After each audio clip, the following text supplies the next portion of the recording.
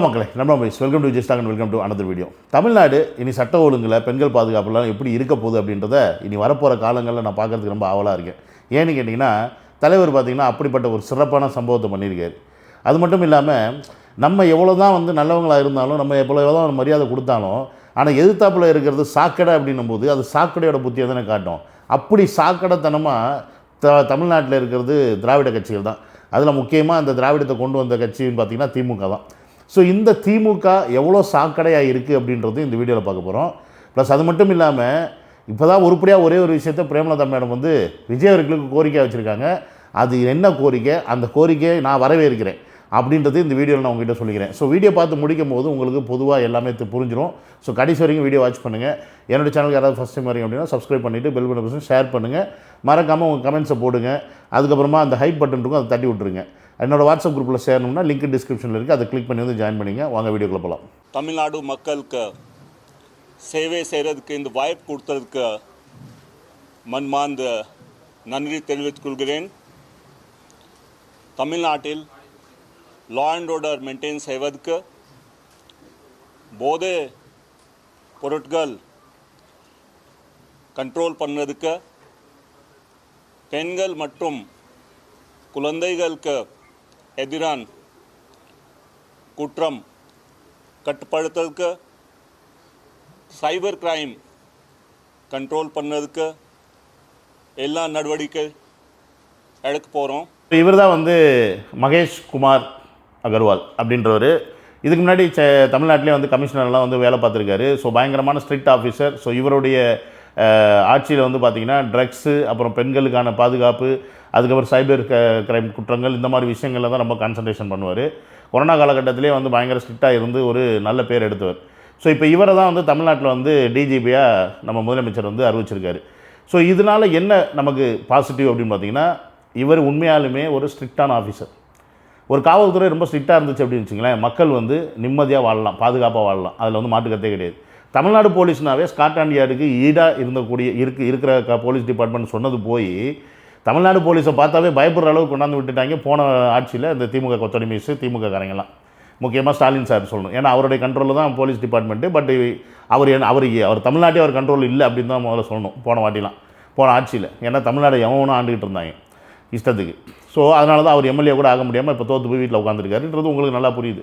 So இந்த வாட்டி தமிழ்நாட்டுடைய இந்த திட்டங்கள் எல்லாமே அடுத்தடுத்து செயல்படணும் அப்படின்றனால கண்டிப்பாக இவருடைய வரவு அப்படின்றது தமிழ்நாட்டுக்கு ஒரு பெரிய எதிர்பார்ப்பு கொடுத்துருக்கு.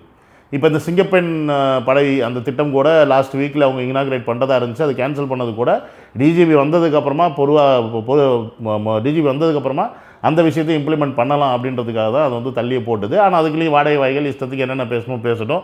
இபிஎஸ் போன்றவர்கள்லாம் என்ன பேசினான்னு உங்களுக்கு தெரியும்.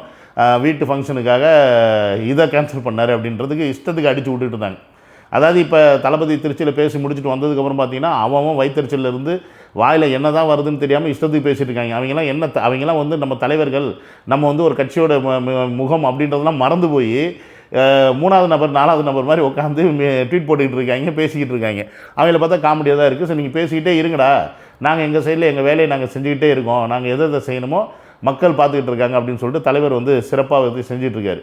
ஆனால் இந்த திமுக என்ன பண்ணுதுன்னு பார்த்தீங்கன்னா, அதை மடைமாத்திர விதமாக பல வேலைகளை செஞ்சுக்கிட்டே இருக்குது. முக்கியமாக வன்மம் அப்படின்ற அந்த விஷயத்தை கையில் எடுத்து இன்றைக்கி தமிழக வெற்றி கழகத்துடைய அதிகாரத்தில் இருக்க நபர்களுடைய இந்த பிரச்சனையை அவங்க லிங்க் பண்ணுறாங்க அப்படின்னா நம்ம என்னன்னு சொல்கிறது. வெளியேறினார். கைக்குழந்தையுடன் இந்த நிகழ்ச்சிக்கு வந்திருந்த திருவிக நகர் சட்டமன்ற உறுப்பினர் பல்லவியை அங்கிருந்த மாநகராட்சி அதிகாரிகள் சமரசம் செய்ய முயற்சித்தார்கள். இருப்பினும் அங்கிருந்த மேயரிடம் இது தொடர்பாக கேட்டபோது எந்த பதிலும் சொல்லாமல் அங்கிருந்து புறப்பட்டு விட்டார். பல்லவியிடம் என்ன நடந்தது என்பது கேட்பது தொடர்பாக மேயருக்கு அடுத்தபடியாக தான் உறுப்பினரை புறக்கணிச்சு சொன்னாங்க. என்ன நடந்தது இங்க? எங்க கூட தான் பங்கேற்றாங்க. நீங்க ஒரு சரியாவே அவங்களுக்கு ரெஸ்பான்ஸ் பண்ணல அப்படிங்கிற மாதிரி. இல்லையே, சட்டமன்ற உறுப்பினர்ன்ற முறையில் அவங்கள வந்து டிபார்ட்மெண்ட் சார்பாக அழைத்தோம். சட்டமன்ற உறுப்பினரும் எங்கள் கூட தான் ரிப்பன் கட் பண்ணாங்க. குத்துவிளக்கு ஏற்றும் போது புரோட்டோகால் படி ஐஏஎஸ் ஏற்றணும், அதுக்கப்புறம் சட்டமன்ற உறுப்பினர் ஏற்றணும். அந்த புரோட்டோகால் அவங்களுக்கு தெரியல, அதுக்குள்ள அவங்க ரியாக்ட் பண்றாங்க. நீங்களும் வந்து இது ஒரு பள்ளி இருக்கக்கூடிய இடம் இருந்தா கூட ஒரு அமைச்சர் இருக்காங்கன்னா அமைச்சருக்கு அப்புறம் தான் நான் என்னோட புரோட்டோகால் வந்து ஃபாலோ பண்ண முடியும் மேயரா. அப்ப நான் இருக்கும்போது ஐஏஎஸ்க்கு அப்புறம் தான் ஒரு எம்எல்ஏ புரோட்டோகால் ஃபாலோ பண்ணோம். அவ்வளவுதான் நடந்தது. ஒரு சட்டமன்ற உறுப்பினரோட இந்த வீடியோவில் பார்த்தீங்கன்னா தெரியுது, குத்துவிளக்கு ஏற்றுறதுக்கு மேயர் பிரியா கிட்ட இருந்து அந்த மெழுகுவத்தியை பல்லவி மேடம் வாங்க வராங்க, எம்எல்ஏ. ஓகேங்களா? அவங்களா வாலண்டியர் வாங்கல, இவங்க கொடுக்குறாங்க அப்படின்னும் போது வாங்க வராங்க. பட் அவங்க என்ன பண்ணுறாங்க, அடுத்து இன்னொருத்தவங்கள்ட்ட கொண்டு போய் அதை கொடுக்குறாங்க. இது என்ன எதுக்கான விஷயம் பார்த்தீங்கன்னா, இன்சல்ட் பண்ணுறது. நீ எப்படி ஏற்றுவ, நான் உன்னை எப்படி ஏற்ற விட்றேன் அப்படின்ற ஒரு தெனாவட்டு போக்கு, ஒரு திமிர் போக்கு, ஒரு ஆணவ போக்கு அப்படின்னே சொல்லலாம். ஏன்னா மேயர் பிரியா அப்படின்னாவே அதுக்கு கொஞ்சம் திமிர் அதிகம் தான், அதில் மாட்டுக்கிறதே கிடையாது. என்னப்பா அது இதுன்னு சொல்கிறீங்கன்னா மரியாதை கொடுக்கணும். மரியாதை கொடுக்க தெரியாத மேயருக்கு நம்ம என்ன இதுக்கு மரியாதை கொடுக்கணும்? அந்த திமிரு எங்கேருந்து வருது, எதனால் வருது, யார் கொழுப்புலேருந்து வருது அப்படின்றதெல்லாம் நமக்கு தெரியும். சேகர் பாபு கொழுப்புலேருந்து தான் இந்த அம்மா திமிர் எடுத்து ஆடிக்கிட்டு இருக்கு அப்படின்றது தெரியுது. இன்னும் எவ்வளோ நாளைக்கு, 6 மாதம் இல்லை 7 மாதம் அப்புறம் திருப்பி எலெக்ஷன் வைப்பாங்கல்ல, அப்போ நீ தான் மேயராக வருவியா? பார்க்கலாம். இந்த அம்மா மேலே எவ்வளோ குற்றச்சாட்டு இருக்குது அப்படின்றது நீ நோண்டி நொங்கெடுப்பாங்க. ஆனால் இது ஏன் பண்ணுறாங்க அப்படின்றத நம்ம யோசிக்கணும். ஏன்னா பர்பஸாக பண்ணுறாங்க. இப்போ இங்கே மட்டும்தான் இன்சல்ட் பண்ணுறாங்களான்னு கேட்டால் அப்படி கிடையாது. இதே மாதிரி கோயம்புத்தூர்லேயோ இல்லை வேறு ஏதோ ஒரு இடத்துல நினைக்கிறேன், தலைவர் படத்தை வந்து அரசு ஆஃபீஸில் மாட்டாமல் ஸ்டாலின் படத்தை மாட்டி தான் வைப்போம், அவர் தான் எங்களுக்கு தலைவர் அப்படின்னு சொல்லிவிட்டு அந்த அரசு அதிகாரிகள் வந்து தலைவருடைய படத்தை, அஃபீஷியல் படத்தை, விஜய் அஃபீஷியல் படத்தை மாற்றுறதுக்கு மறுத்தாங்க, சைடில் மாட்டி வச்சுருந்தாங்க. இதெல்லாம் வந்து எனக்கு தெரிஞ்சு கண்டிக்கணும். இதை வந்து எப்படின்னா இதுக்கு வந்து முறையான ஒரு ஆக்ஷன் எடுத்தே ஆகணும். அது அவங்க என்ன வேணால் பதவியில் இருக்கட்டும். ஏன்னா ஒரு அரசாங்க ஆஃபீஸில் இந்தந்த ஃபோட்டோஸ் தான் இருக்கணும்னு ஒரு சட்டம் இருக்குது. நீ ஸ்டாலின் ஃபோட்டோவை உன் பையில் வச்சுக்க, இல்லை பின்னாடி எங்கேயாவது சொருவிக்க, அதெல்லாம் நமக்கு பிரச்சனை கிடையாது. அது உன் இஷ்டம். ஆனால் ஒரு அரசாங்க ஆஃபீஸில் வைக்கிறதுக்கு இன்றைக்கி ஸ்டாலின் யார்? எம்எல்ஏவா, எம்பியா, இல்லை ஒரு கவுன்சிலரா? எதுவுமே கிடையாதுல்ல. எதுவுமே கிடையாது. இன்றைக்கி தோற்று போய் வீட்டில் உட்காந்துருக்க ஒருத்தருடைய ஃபோட்டோவை எடுத்து வைக்க வேண்டிய அவசியம் இங்கே இருந்தது. அப்போ இந்த விஷயத்துக்கு நம்ம சைலண்டாக தான் இருக்கிறோம். இப்போ தமிழக வெட்டிக்களம் பார்த்திங்கன்னா இது சைலண்டாக தான் பார்த்துட்டு இருக்கு, அணுகிட்டு இருக்கு. ஏன்னா இவங்க பண்ணுறது பர்பஸாக பண்ணுறாங்க அப்படின்றது தமிழக வெட்டிகளுக்கு தெரியுது. இதை வந்து நம்ம எதிர்த்து பேசுகிறோம் வைக்கிறோம் அப்படின்னா வந்து அப்போ இதுக்கு முன்னாடி இருந்தவங்களுக்கு மரியாதை கொடுக்க மாட்டீங்களா, வைக்க மாட்டீங்களா அப்படின்ற மாதிரி ஒரு பிம்பத்தை கிரியேட் பண்ணுறதுக்கான செயலை தான் வந்து இவங்க பண்ணிகிட்டு இருக்காங்க அப்படின்றது நம்ம புரிஞ்சுக்கணும். ஆனால் நம்ம எவ்வளோ பெருந்தன்மையாக இருக்கோம் அப்படின்றத நம்ம திருப்பி காமிச்சிக்கிட்டே இருக்கோம். தலைவர் அவர்கள் ஜெயித்ததுக்கு அப்புறமா எல்லாரும் போய் பார்த்து விஷஸ் வாங்கிட்டு வந்ததாக இருக்கட்டும், கலைஞருடைய இறந்த நாளுக்கு ராஜ்மோகன் அவர்கள் வந்து அஞ்சலி செலுத்தினதாக இருக்கட்டும், இப்படி நம்ம வந்து தலைவர்களுக்கான மரியாதை கொடுத்துக்கிட்டு தான் இருக்கோம். ஆனால் இந்த தருதலைங்க என்ன பண்ணுதுங்கன்னு தெரியாமல் சில இதுங்க பண்ணிக்கிட்டு இருக்குதுங்க. ஆனால் இவங்களுக்கெல்லாம் கண்டிப்பாக ஆப்பு வைக்கணும். நான் சொன்ன மாதிரி ஜெயலலிதான்றேன் பிரேமலதா மேடம் ஒன்று சொன்னாங்க, அது லாஸ்ட்டாக பார்ப்போம்.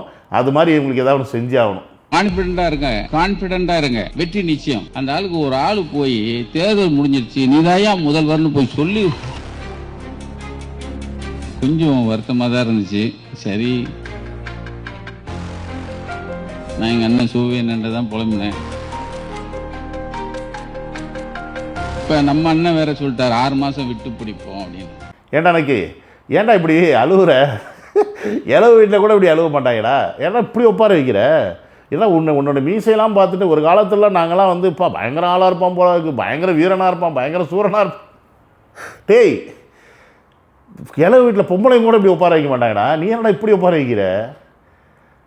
அவருக்கு யார் யார் தேதி குறித்து கொடுத்தா உனக்கு என்ன, யார் டைம் குறித்து கொடுத்தா உனக்கு? அவர் கான்ஃபிடென்ட்டாக இருன்னு சொன்னால் உனக்கு ஏன்டா வலிக்குதுல?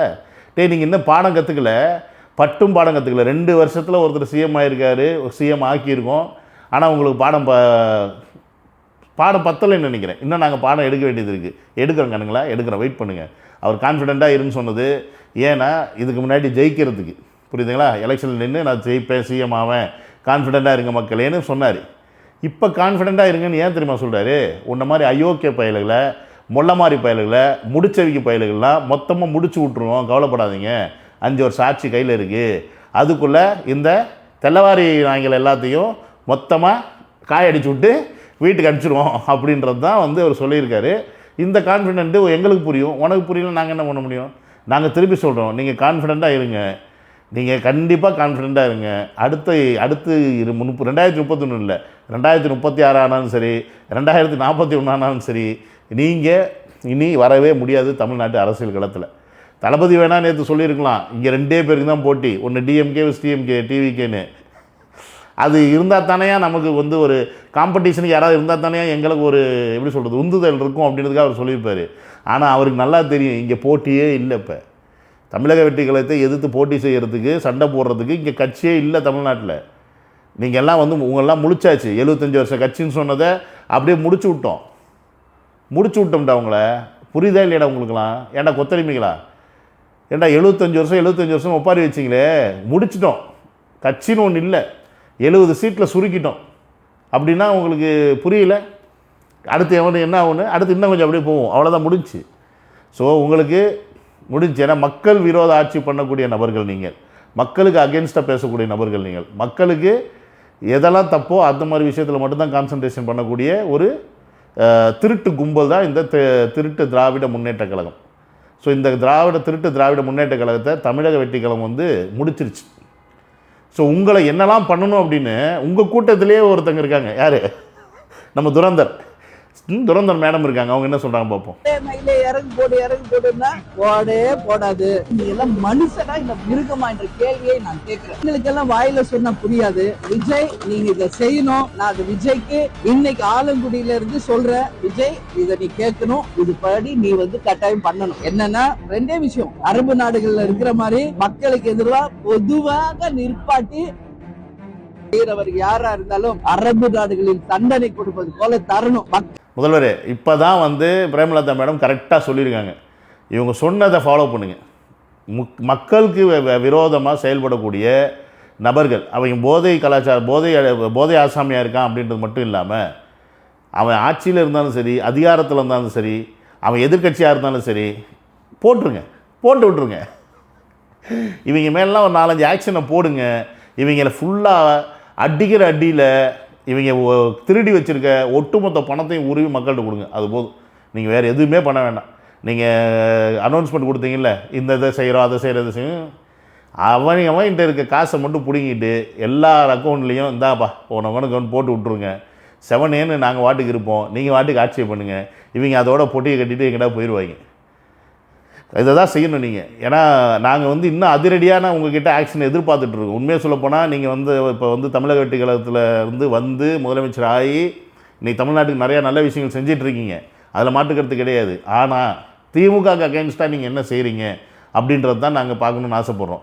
திமுகவுடைய எம்எல்ஏக்கள், திமுகவுடைய எம்பிக்கள், திமுகவில் இருக்கக்கூடிய இந்த மாதிரி கொத்தடிமைகள் மேலே நீங்கள் என்ன மாதிரியான ஆக்ஷன் எடுக்க போகிறீங்க அப்படின்றத நாங்கள் ரொம்ப ஆவலாக பார்த்துட்ருக்கோம். அதுவும் முக்கியமாக லஞ்ச ஒழிப்புத்துறையில் நீங்கள் அருண் ஐபிஎஸ்லாம் போட்டிருக்கீங்க. ஸோ அதை வந்து சவருன்னு வந்து ஒருத்தர்லாம் வந்து பேசிக்கிட்டு உட்காந்துருக்காப்புல. பட் அதெல்லாம் சரி, நான் பண்ணது சரி தான் அப்படின்ற ஒரு விஷயத்தை நீங்கள் எப்போ பண்ண போகிறீங்க அப்படின்றத நாங்கள் பார்க்க ஆவலாக இருக்கோம். நீங்கள் கொடுக்கக்கூடிய ஒவ்வொரு டார்ச்சர்லையும் இந்த திமுக காரங்க எப்படி ஒப்பாரி வைக்கிறாங்கன்னு நாங்கள் பார்க்கணும். அது எங்களுக்கு ரொம்ப ஆசையாக இருக்குது. நீங்கள் எப்படி என்ன நினச்சிங்க, நான் முதலமைச்சர்ப்பா, நான் பொதுவானவன், நீங்கள் என்ன வேணால் பண்ணிங்க. பொதுவானவனாக இருக்கீங்க அப்படின்னா தமிழ்நாட்டு மக்கள்கிட்ட கொள்ளையடித்த இந்த கொள்ளைக்கார பயல்களை நீங்கள் சும்மா விடக்கூடாது, எவனையுமே சும்மா விடக்கூடாது. அதுதான் நாங்கள் மக்களாக வைக்கிற கோரிக்கை உங்கள்கிட்ட. இந்த கொள்ளைக்கார பயல்களை நீங்கள் படுத்துகிற பாடில் இவங்க அப்பாடா நம்ம இப்படித்தானே இந்த மக்களை பாடுபடுத்தணும்னு ஃபீல் பண்ணுற அளவுக்கு இவங்க படணும். அதை நீங்கள் செய்வீங்கன்ற நம்பிக்கை எங்களுக்கு இருக்குது. அந்த நம்பிக்கையோடு இந்த வீடியோ நான் முடிச்சுக்கிறேன். நண்பா நம்பீஸ், நான் வச்ச கோரிக்கை சரின்னு பட்டுச்சுன்னா நீங்கள் கமெண்ட்டில் போடுங்க. உங்களுக்கு இந்த ஆசை இருக்கா இல்லையான்னு. எனக்கு இந்த ஆசை ரொம்ப இருக்குது. ஏன்னா இவங்க படுத்துகிற பாடுக்கு நம்ம திருப்பி இவங்களை பார்க்கணுங்க. வெஞ்சன்ஸ் வச்சு அவனுக்கு பழி வாங்கி ஆகணும். அப்போ தான் மனசு நிம்மதியாக இருக்கும். Okay guys, see you in another video. Love you all. Take care. Bye bye.